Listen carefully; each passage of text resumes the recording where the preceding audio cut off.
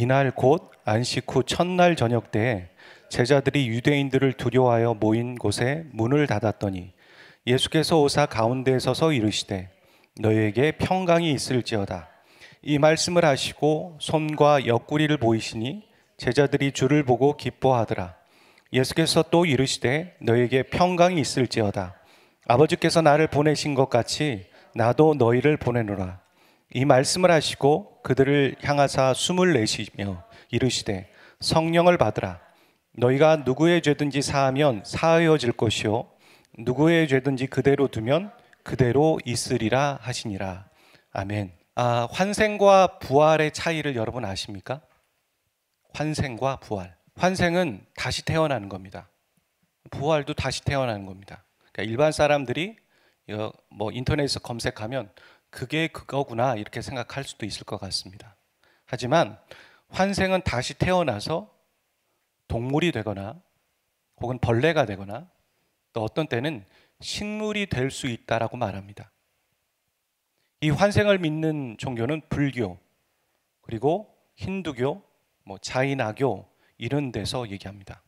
불교에서 살생을 하지 말아야 되는 이유는 예를 들어 동물이라면 그 동물이 자기 할아버지가 될 수도 있고 자기 죽은 아버지가 될 수도 있기 때문에 살생하지 말라고 하는 겁니다. 이 불교의 세계관, 환생을 갖고 있는 사람들의 세계관은 우리가 도형으로 그렸을 때 원이라고 합니다. 원.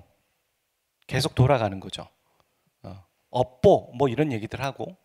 왜 이게 계속 돌아가는지 아십니까? 왜 이런 교리가 나왔는지 아시나요? 죽음에 대해서 해결할 수 없기 때문에, 죽음에 대해서 아무리 생각해봐도 답을 줄 수 없기 때문에 환생이란 교리가 사람들 안에서 만들어진 거고, 그래서 그들의 세계관을 도형으로 생각했을 때 원입니다. 기억하십시오. 원. 자, 그러면 성경적인 세계관은 도형으로 생각하거나 어떤 걸 했을 때 뭘까요? 들어보신 적이 있으실 것 같은데 직선입니다. 어디를 향하여서 직선으로 가고 있냐면 종말을 향해서 가고 있습니다. 끝을 향해서. 그러니까 모든 게 끝이 있다라는 거죠. 사람들 혹이 생각했을 때 죽음이 있으면 안 되죠. 그럼 끝나는 거니까. 그래서 원을 그리는 건데 성경은 과감하게 그것에 끝이 있다라고 말합니다.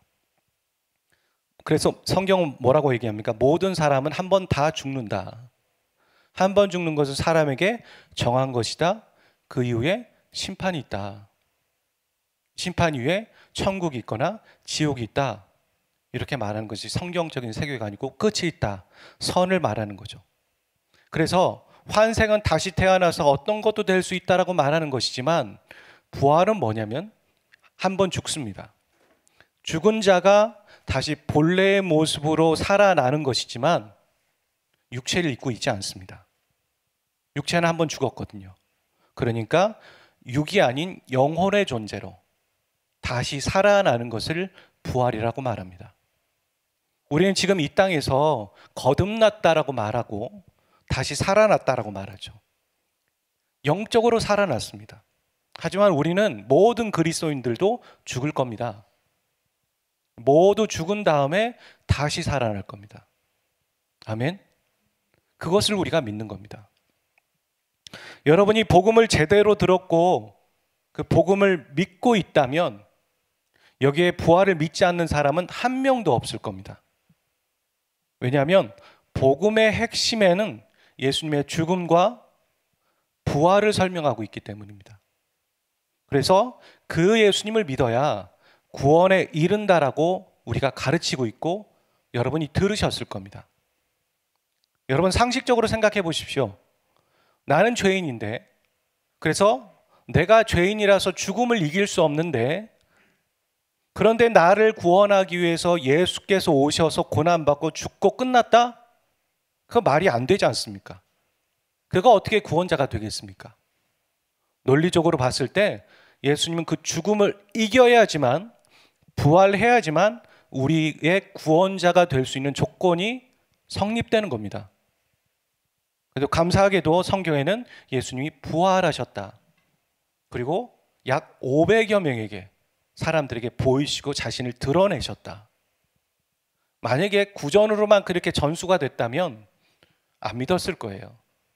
근데 부활한 예수님을 본 사람들이 있었거든요. 만난 거죠. 만났기 때문에 우리는 그 예수님을 믿고 또 우리가 또 그 예수님을 만났기 때문에 또 다른 사람에게 전할 수 있는 겁니다. 논리와 이성과 과학으로 무장된 사람들은 죽음에 대해서 사람들이 이해하지만 부활은 못 믿겠어. 그게 어떻게 가능해?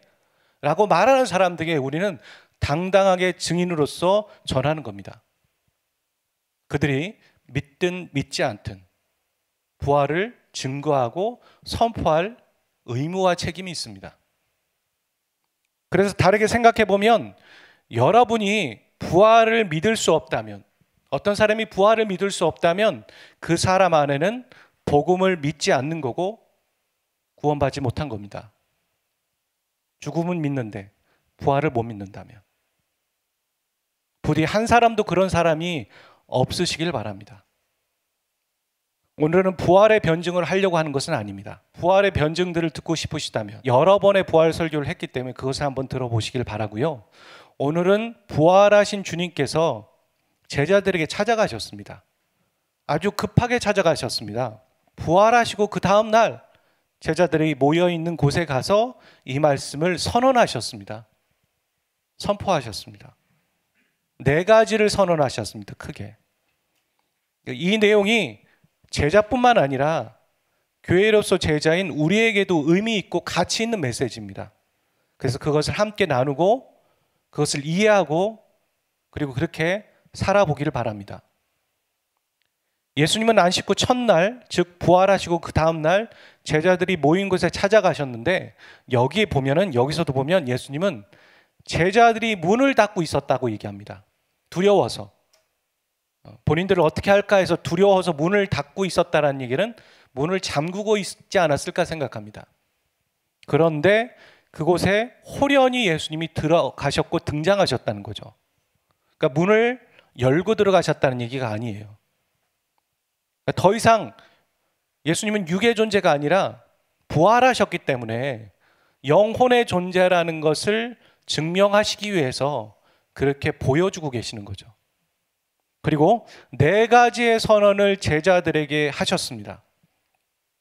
이 4가지의 선언이 의미 있는 건 다시 한번 얘기해 보면 죽을 때 예수님이 말씀하신 게 아니라 죽고 부활한 이후에 하셨다는 겁니다.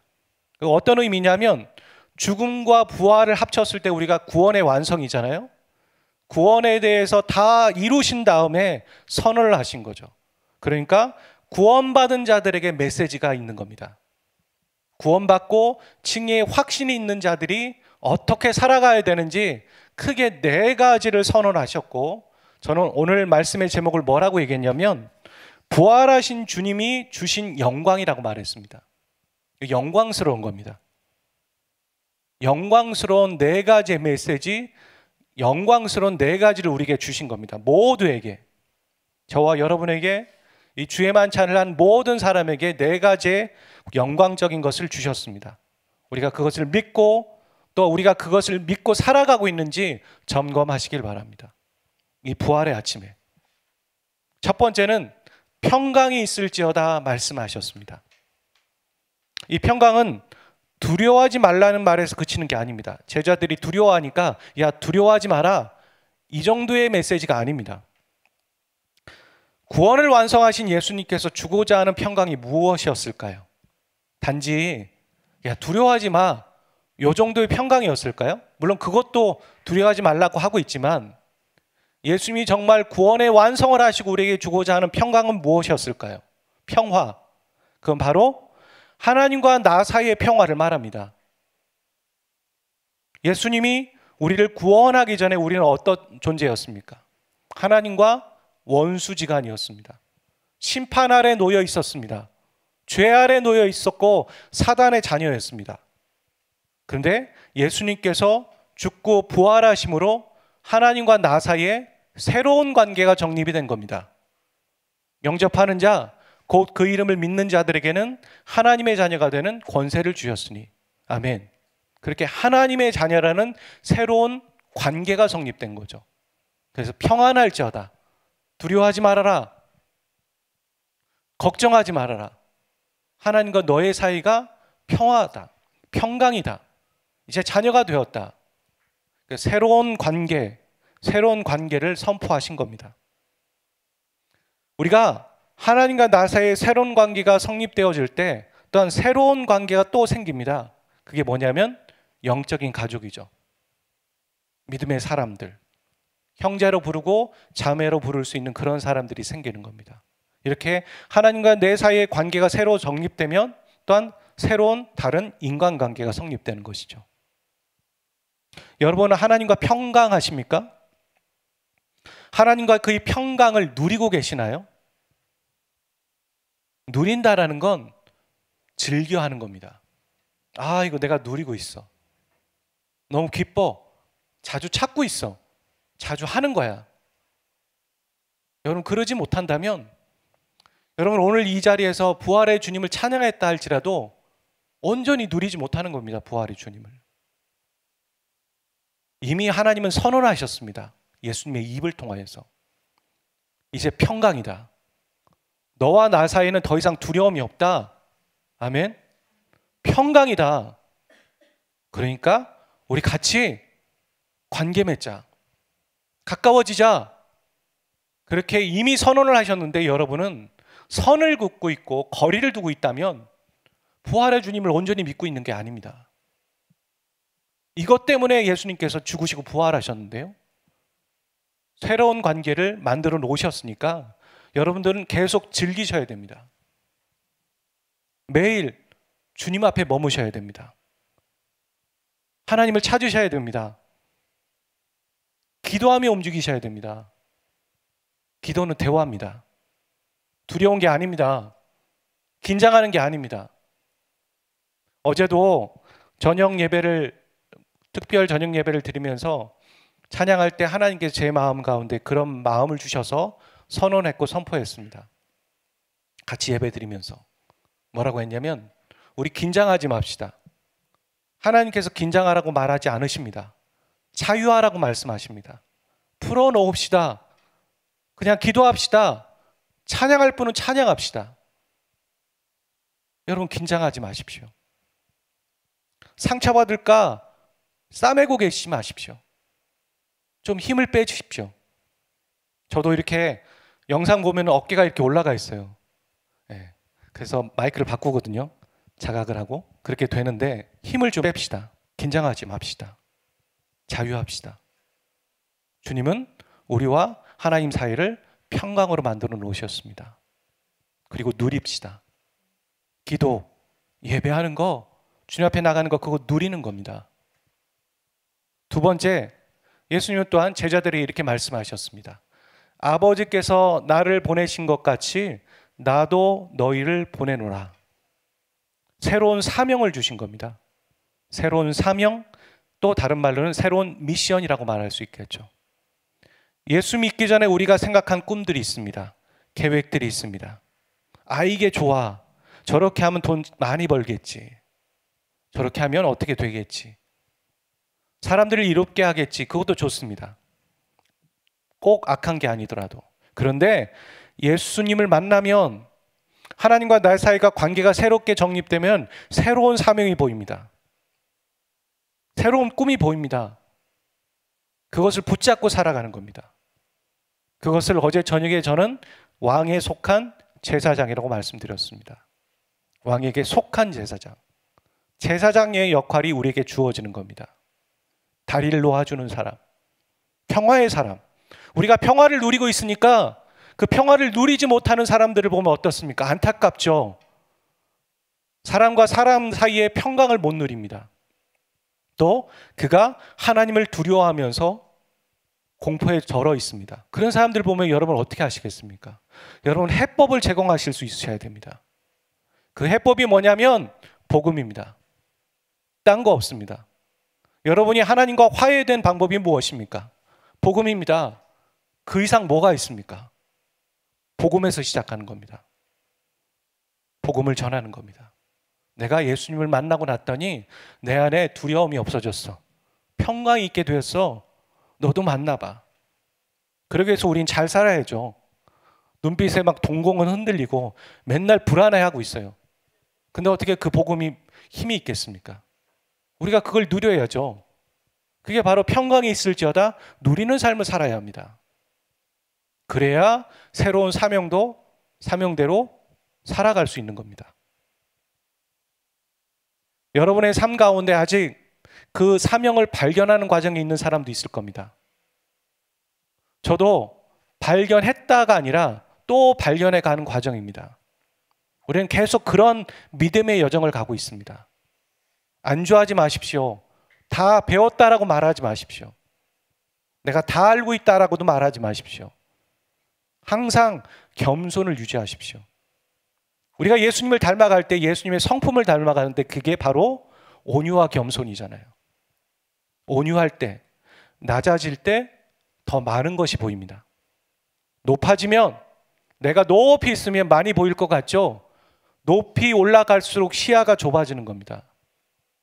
낮아져야 많은 것이 보입니다. 여러분 계급장 떼십시오. 하나님 앞에서. 내가 예전에 이런 사역했는데, 내가 왕년에 이런 은혜를 경험했는데, 내가 사회적으로 이런데, 내 나이가 이 정도인데 그거 떼셔야 됩니다. 은근히 하나님 앞에서 계급장 붙이고 나갈 때가 많아요. 그러니까 교만해지는 겁니다.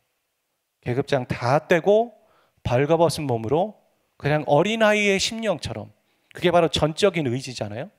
한유가 엄마를 전적으로 의지하는 것처럼 전적인 의지가 필요한 겁니다. 세 번째, 숨을 내쉬면서 이렇게 말씀하셨습니다. 성령을 받으라. 두 번째는 새로운 사명이라면, 세 번째는 또한 새로운 능력입니다. 능력, 권능이라고도 말할 수 있습니다. 우리 안에 성령께서 이미 계십니다. 성령은 또한 삼위 하나님 중에 한 분이시지만 또한 능력을 갖고 계십니다. 새로운 능력이 왜 필요하냐면 새로운 사명을 감당하기 위해서예요. 사명을 감당하기 위해서 새로운 능력이 필요합니다. 육의 일은 육의 생각으로 하는 것이고 영의 일은 영의 일로 생각하는 겁니다. 그래서 결이 다릅니다. 우리가 하나님의 일을 하고 싶으십니까? 그럼 성령 충만하셔야 됩니다. 성령의 인도함을 받으셔야 됩니다. 하나님의 일을 하면서 육신의 생각으로 하는 것은 안 됩니다. 말이 되지 않습니다. 이루어지지 않습니다. 그래서 여러분이 하나님의 일이 내 삶 가운데 이루어지길 원한다면 여러분은 성령 충만하셔야 되고 성령의 다스림을 매일매일 구하셔야 됩니다. 아멘. 그래서 다시 평강이 있을지어다 하나님과의 영적인 관계 안에 성령의 충만함을 받고 또한 여러분이 부르신 그곳에서 왕에 속한 제사장으로 살아가시는 겁니다. 우리가 성화라는 것은요, 우리의 의지로만 이루어지는 건 아닙니다. 물론 강력한 의지가 필요합니다. 결단이 필요합니다. 새벽 예배를 드리려면 결단이 필요한 거잖아요. 하지만 우리가 우리의 의지로만 신앙생활이 안 된다는 것을 느끼게 됩니다. 아, 이거 우리의 의지로만 되는 것이 아니라 성령의 능력, 성령의 인도하심이 필요하구나. 그때 느끼게 되죠. 그때 긴장을 풀어야 됩니다.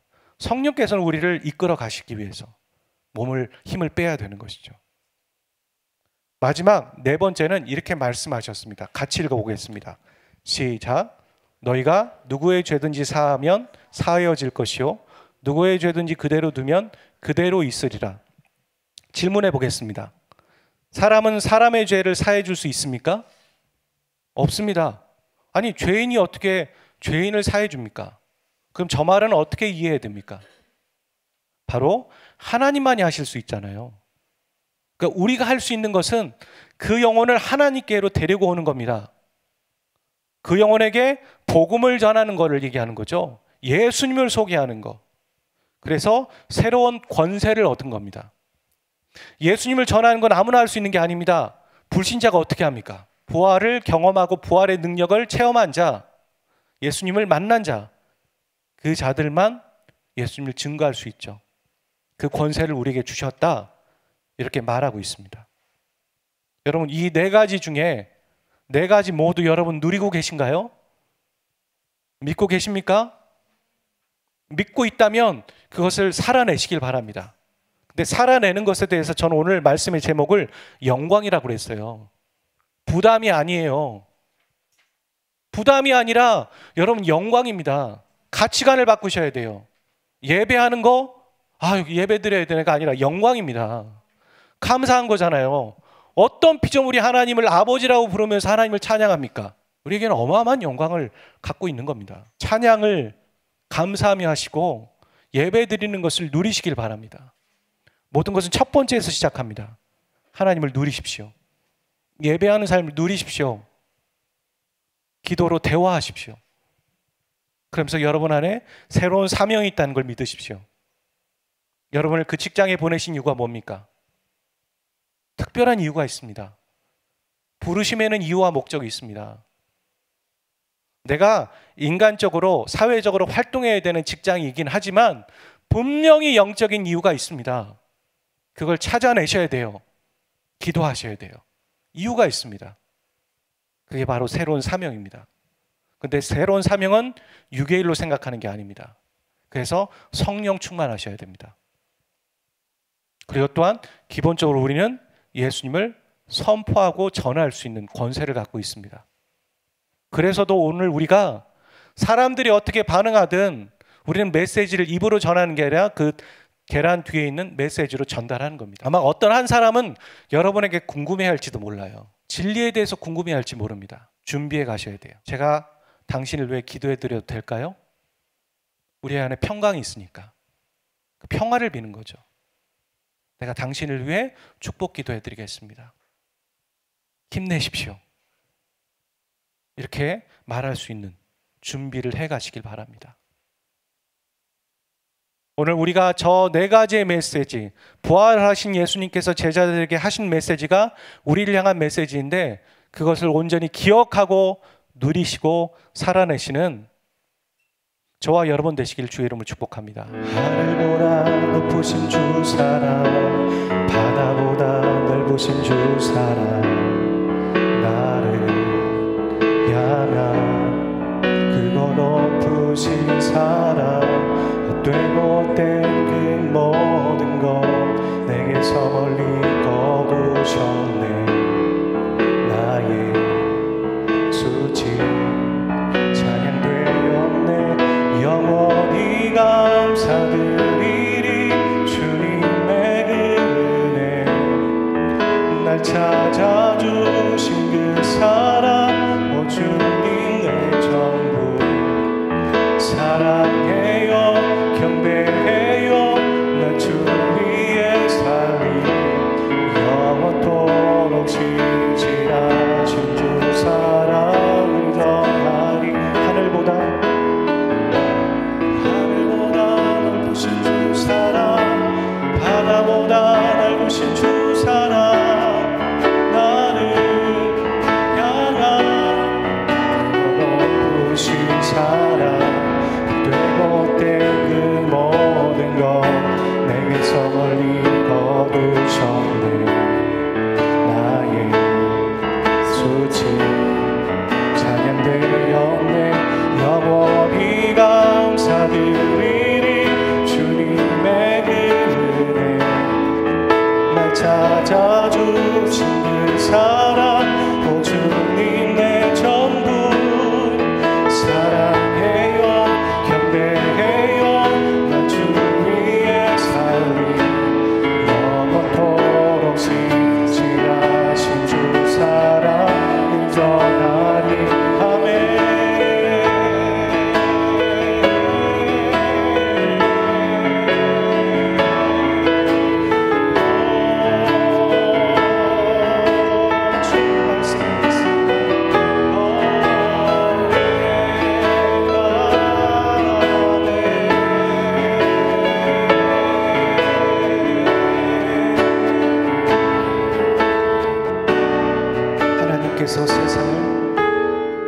하나님께서 세상을 사랑하사 독생자를 주셨으니 믿는 자는 영생을 얻으리. 하나님께서 세상을 사랑하사 독생자를 주셨으니 믿는 자는 영생을 얻으리.